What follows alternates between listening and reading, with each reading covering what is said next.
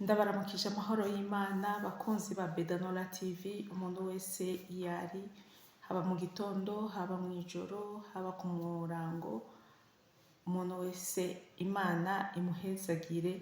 Murazi yuko muri abakunzi bacu nimwe dufise, turazi yuko kandi munadusengera, kuko niyumvira kenshi yuko muriko muraraba ibi biganiro, hari igihe muvuga ati Imana igirire neza bano bantu. Nuko rero iyi si shene y'iwacu twenyene, ariko namwe turayisangiye. Nuko turongeye kubaha ikaze. Tumaze iminsi tuvugana ku vyerekeye ubwansi. Hari igice ca mbere, ca kabiri n'icya gatatu. Ubwansi twasanze umuntu akiri mu isi, akiri mu mubiri, ntazobura ubwansi naho vyogenda gute. Na Yesu Kristo umwana w'Imana we tubonera ko akarorero kanini, niwe yaciye mu bintu by'ubwansi. Abafarisayo bamutega imitego, no kuvuga aho yari mu bwansi, ariko Imana ishimwe ko ibyo byose yabashije kubinesha. Bibiliya yongera itubwira ngo bamujanye nk'abajana intama kuyibaga. Nuko Yesu yatubereye akarorero keza. Rero tugira turabe uyu munsi umuntu abona ubwansi impande ziwe, abona ubwansi ahari, yobigenza gute? Dusomye mu gitabo c'Imigani ibice 10 ku murongo wa 12 haratubwira ikintu gikomeye cyane. Haravuga ati urwanko ruvyura imitongano, ariko urukundo rupfuka ibigabitanyo vyose. Rero ni ukuvuga urwanko ni rubi. Niba hari urwanko wumva mu mutima, ishari, inzigo, kuko akenshi biba mu kubura urukundo. Nicyo gituma umwami Yesu yatubwiye ati ingabire iruta izindi ni urukundo. Rero bene data, umuntu wese yari mu rugo rwiwe agira urukundo, kuko umaze kugira urukundo bizokorohera guharira, bizokorohera kubana n'umwubakanye, ndetse no mu miryango. Mu miryango minini hari abantu usanga baba mu miryango minini, babana n'abantu benshi. Rero muri ico gihe ubafitiye urukundo nta ngorane uzogirana nabo, kuko urukundo rupfuka ibigabitanyo vyose. Nuko rero ica mbere nasanze ari ugusengera abo bantu ubona yuko bakwanka, ubona yuko bagufitiye ishari, ubona yuko bagufitiye inzigo. Narirya kenshi muri kamere muntu, umuntu ashaka ibintu byose byiza ko bimutahako, ariko uhora Imana nibaza ko atari uko bimeze. Imana izi kuntu bigenza, ishatse iraguhezagira wewe ikagwa byinshi uyu munsi, ejo byinshi bikaba kuri mugenzi wawe. Rero twirinde urwanko, kandi igihe cyose ubona yuko aho uherereye, haba mu kazi, haba mu muryango, haba mu rugo, birashoboka, kuko twama twumva yuko hariya abagabo bisha abagore, abagore bisha abagabo. Biboneka yuko hashobora kuba hari ubwansi no mu ngo, ariko mwubakanye ukamumusengera, kuko nasanze usengeye umuntu kenshi cyane, ukaguma umusengera, bikuremamwo urukundo. Hariyo akantu k'urukundo uca ugenda wumva, ukumva ko umukunze pe, umukunze. Ego rero tugerageze tuze dusengera abo bantu bose tubona yuko batwanka. Nuko haba mu buzi, haba mu miryango, haba mu rugo, tubasengere. Haba mu kibano, umuntu w'umubanyi arashobora kukwanka atanico mupfa, atanakarimbi muhana, ariko umusengeye bizogukundira kumukunda, kandi Imana nyina amahoro izobaremeramo ubumwe, imenye uko ubigenza, yo izi uko yama ibigenza. Ntuzomenya aho ibicisha, ariko Imana izobigukorera niwasenga. Ikindi kintu ni uguhora. Umaze kubona yuko uriko urwana intambara z'ubwansi aho uherereye, ni uguhora canke kunuma ibyo bakuvuga ko ugasa nkaho atavyo wumva, atavyo ubona. Ibyo bakugirira bibi ugasa nkaho atavyo ubona, ukibera amahoro. Ica gatatu naho nasanze ari novuga kunyegeza canke kutereka abo bantu ibintu vyawe ukora.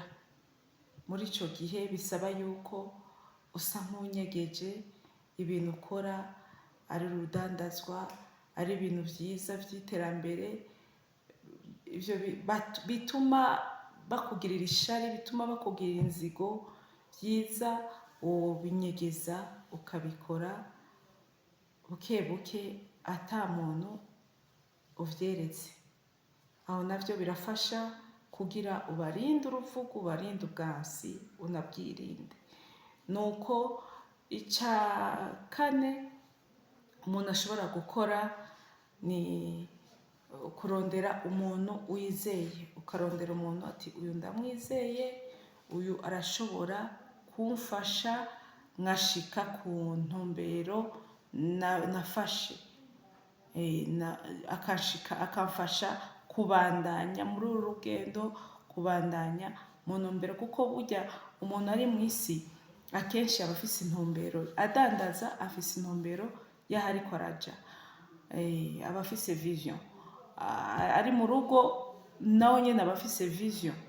Rero muri ico gihe bisaba yuko umuntu arondera umuntu amufasha kubandanya iyo ntumbero yiwe. Kandi ica gatanu ni wewe ubwawe kubandanya iyo ntumbero, ntibaguca intege. Nta kintu na kimwe co guca intege, wewe gusa bandanya, file dans ton objectif, bandanya gushika ku ntego yawe, hanyuma Imana nyina amahoro izoguha umugisha.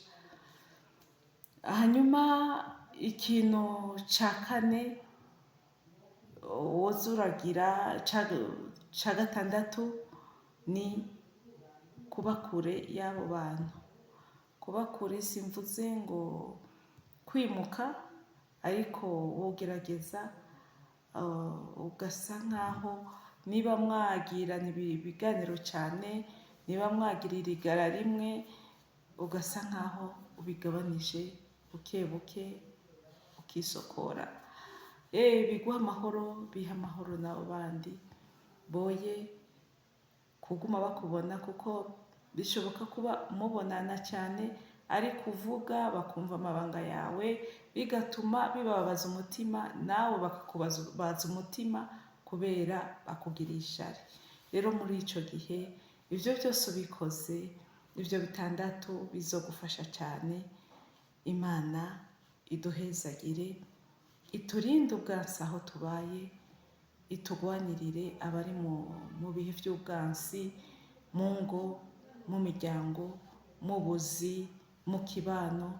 Imana ibagwanirire. Reka dusenge Imana. Numva nezerewe cyane kuvugana namwe ibi, kuko mu gihe cyose umuntu azobaho mu isi ni ngombwa ko azoca mu bwansi. Ariko iyi nyifato yo gusenga, yo kuja kure abantu nk'abo, yo kunyegeza utwawe, yo kubandanya mu ntumbero yawe, yo kurondera abantu mufashanya urugendo nk'ubwo rwo kubandanya, ivyo byose bizogufasha. Reka dusenga Imana. Imana itugirire neza. Mwami wacu Yesu Kristo, turagushimiye, turagukengurukiye. Uri Imana nkuru, uri umwami wacu, turavyizera cyane yuko ari we utanga amahoro nyakuri. Nuko Papa mwiza, duciye bugufi aho twaba twarifashe nabi, ugasanga Mana mu gihe twabonye ubwansi natwe twabyifashe nabi, tukavuga nabi, tukigenza nabi. Mana utubabarire, amaraso y'umwagazi w'intama w'Imana Kristo Yesu Yesu ubugingo bwacu. Hanyuma Mwami Imana uca ubana natwe, uca utugirira neza. Mana udukure Mana mu minwe y'abansi bacu, udukure mbese no mu kanwa kabo, udukure Mana mu irigara ryabo, udukure impande yabo, udukure kuri bo. Ariko Yesu Kristo utubere uruhome rudukingira wa mwansi Satani n'ababi bose n'abakoresha ntibadushikire.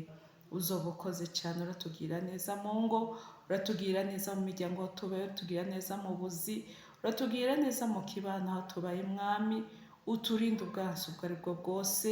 Amahoro yawe aganze imitima yacu.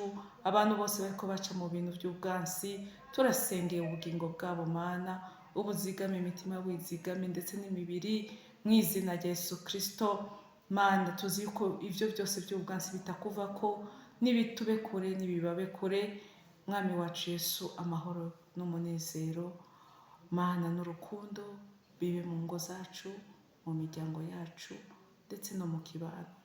Urakoze Kristo kubyumva kandi bidukorera, ni mu izina ryawe ryera, amen. Turamukengurukira Kristo ko ari kumwe natwe, kandi turamwizera yuko ari we nkomezi zacu, azotugwanira, azotugira neza. Nuko bakunzi mwese ba Benadanora TV, Imana ibahezagire.